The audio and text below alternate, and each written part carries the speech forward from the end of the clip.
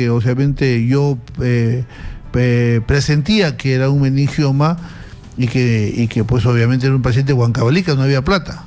Y yo te llamaba, pero tú estabas de vacaciones. Claro, y decía, Carlitos estará en Bahamas, estará en dónde estará, pero ahora ya sé que estás aquí. En lo que puede servirte, hermano. Quiero presentarte a otro gran amigo, el doctor Boris Garro. Sí, ya nos saludamos, sí. Doctor Boris Garro no solamente es un brillante reumatólogo, sino es un médico investigador.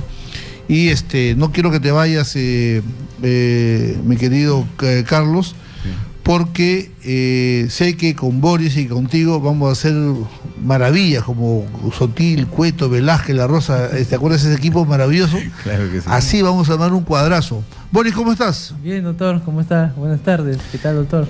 Déjame terminar con Carlos, y él no se va a ir porque siempre la dolencia de la columna, la dolencia de los huesos tienen muchas cosas que compartir. Sí, son temas comunes, es verdad. Ok, entonces, quedamos, señores, que la columna vertebral es la columna vertebral. Por ahí pasa toda la orden del cerebro, ¿no? Y va bajando como un edificio. Y obviamente donde un piso se aplaste, un piso se malogre, tenemos problemas, ¿no?, tremendos, a veces de funcionamiento de los órganos, de las extremidades, o el dolor también es tremendo. Hoy en día, cuando uno habla de operar al cerebro o operar a la médula espinal, uno se persigna, ¿no?, porque obviamente son palabras mayores. Hoy en día, gracias a Dios, tenemos muchos centros médicos profesionales donde uno se puede operar con todas las garantías. Uno de esos lugares, obviamente, es la Clínica Álvarez, ¿no?, que queda en la avenida Benavides 2965. Ahora, tú puedes tener la clínica más bonita y más perfumada y con alfombra roja y todo lo que quieras, pero si el pata que está a cargo de eso no se ha preparado bien, las cosas de nada sirve tanta pinturita. En este caso, Carlitos Álvarez ha hecho su posgrado, su preparación en Europa, y entonces hay que admitir que en el viejo continente siempre nos van a llevar la delantera, y él trae esos conocimientos acá, y lo bueno que es un tremendo pata, me va a ayudar muchísimo a ayudar a tantos peruanos que tienen una dolencia y que por falta de platita a veces no llegamos al diagnóstico. Con Carlitos Álvarez vamos a llegar al diagnóstico y después al tratamiento. Así que lo vamos a ver seguido por acá.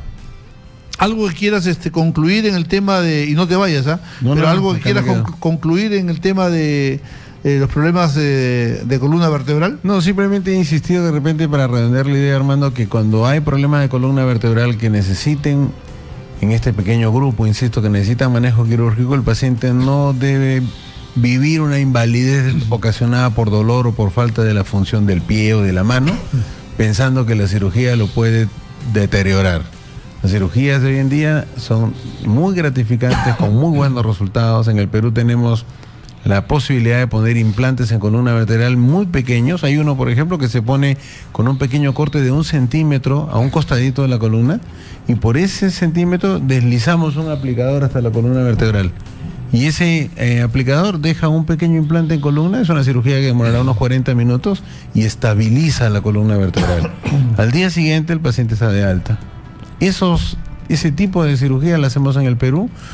Obviamente no solo en nuestra clínica, los neurocirujanos en general estamos en esa capacidad de hacerlo, pero los resultados son muy buenos tanto para cirugía de columna como para cirugía de cerebro. Son muy buenos los resultados.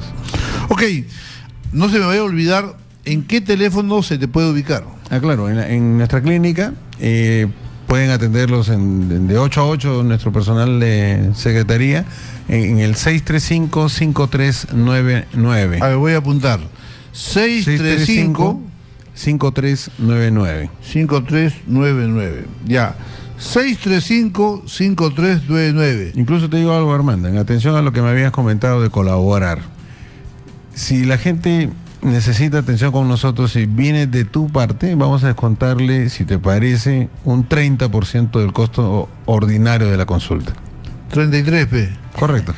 Ya, la tercera problema hablar con Armando. Ok, bueno, ahora nos vamos al mundo de la reumatología, con mi pata también, el doctor Boris Garra. Boris, ¿qué temas has preparado para el día de hoy? Doctor, hoy vamos a hablar cómo identificar pacientes en riesgo de osteoporosis. Ah, mira, estamos en la misma línea porque paciente con osteoporosis, aplastamiento de vértebra, paciente para Carlitos Álvarez, ¿ok? Claro. Bueno, vamos a escuchar al doctor Álvarez cuáles son los riesgos, pacientes en riesgo para hacer osteoporosis, tema muy interesante que vamos a tomar atención.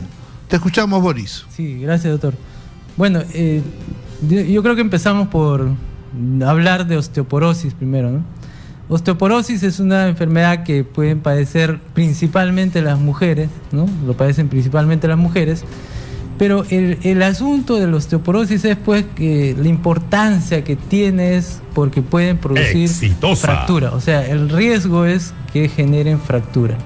Y las fracturas pueden ser, como bien se estaba conversando, las vértebras, ¿no? Puede haber aplastamiento vertebral que pueden ser de diferentes grados.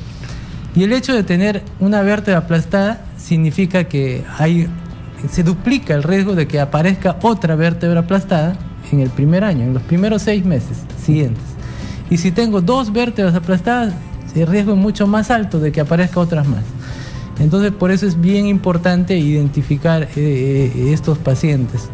Y por supuesto, el riesgo también de que tengan fractura de cadera, entendiendo que esto también, pues una parte de los que tienen fractura de cadera lamentablemente fallecen porque tienen que estar hospitalizados, se complican, hacen neumonías, ¿no? Y luego los que salen de este problema tienen una recuperación larga, tienen que ser a veces sostenidos por alguien que los ayude, entonces les cambia mucho la vida. Entonces, este es el evento catastrófico de la osteoporosis, es la fractura. Entonces la idea es que nosotros identifiquemos a esos pacientes que tienen ese riesgo de tener osteoporosis y por supuesto de que tengan una fractura. Entonces, ¿cómo buscamos?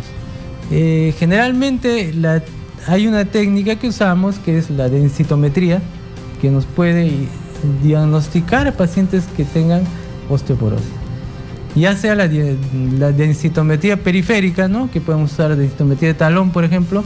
Lo que nos dice este estudio es que cuando los valores son bajos, nos dice que ese paciente tiene riesgo de fractura. Y eso es muy validado, es consenso, es aceptado en todas partes. Y tenemos también la densitometría central, que es la que mide ya la columna, la cadera, ¿no? Y en algunos casos antebrazo. Entonces, esto nos identifica también los pacientes que tienen riesgo de fractura y nos dice quién tiene osteoporosis o tiene baja masa ósea. Hay que entender que esta es una técnica, pero también cuando nosotros evaluamos osteoporosis, la densitometría nos dice una parte del problema. Pero esto está mucho en discusión, pero también tiene que ver la calidad del hueso. Entonces, cuando nosotros medimos la densidad del hueso, es una parte que aprendemos. Pero ¿cómo sabemos la calidad del hueso? Porque puede ser que la calidad del hueso no sea buena, entonces ese paciente también puede tener riesgo de fractura. Hay muchas cosas que se están estudiando. Cuando hacemos estudios clínicos, lo que hacen es, se toma una biopsia de la vértebra con tratamiento, antes y con tratamiento, y se ve pues que esa vértebra ha mejorado, no ha empeorado y está bien, no se ha alterado, ¿no? Y de esa forma un poco se puede saber. Pero ahora hay muchas otras técnicas que pueden decir eso, ¿no? Lo que nos ayudamos nosotros ahora es por densitometría central, o sea, la de la camilla grande, es que por ejemplo podemos medir también toda la columna, ¿no? Al paciente se le echa de costado 30 segundos y se le ve toda la columna. Y el software te mide el tamaño de cada vértebra. Entonces, como ya es un consenso, se miden las alturas, ¿no? Ya sea la vértebra, la parte anterior, la media, la posterior.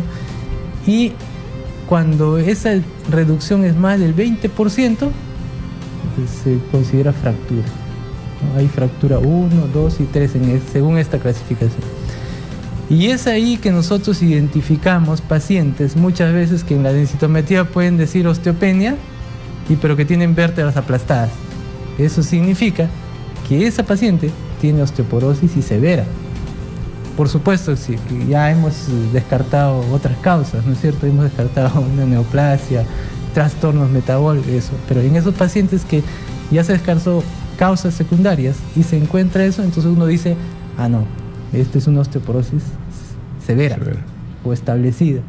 Y en ese caso, por ejemplo, y lo otro interesante además de esto es que cuando nosotros tenemos los pacientes que tienen estas vértebras aplastadas, 2 de 3 no duelen, pero el significado es el mismo. O sea, el significado de que va a aparecer otra vértebra aplastada es el mismo. Entonces, de esta forma, nosotros podemos identificar con su densitometría, con su evaluación de fractura vertebral, así se llama, por densitometría también, porque ahí es una radiación bajísima, muy baja. Se identifica, se mide y se identifica qué vértebra está aplastada y uno puede decir, mire, tiene vértebra aplastada. Dice, claro, si duele, si le molesta, ya después ya se hace pues la vértebra, se envía con el especialista para ver la posibilidad de que hagan su vertebroplastia, ¿no? Entonces, por supuesto su tratamiento de osteoporosis.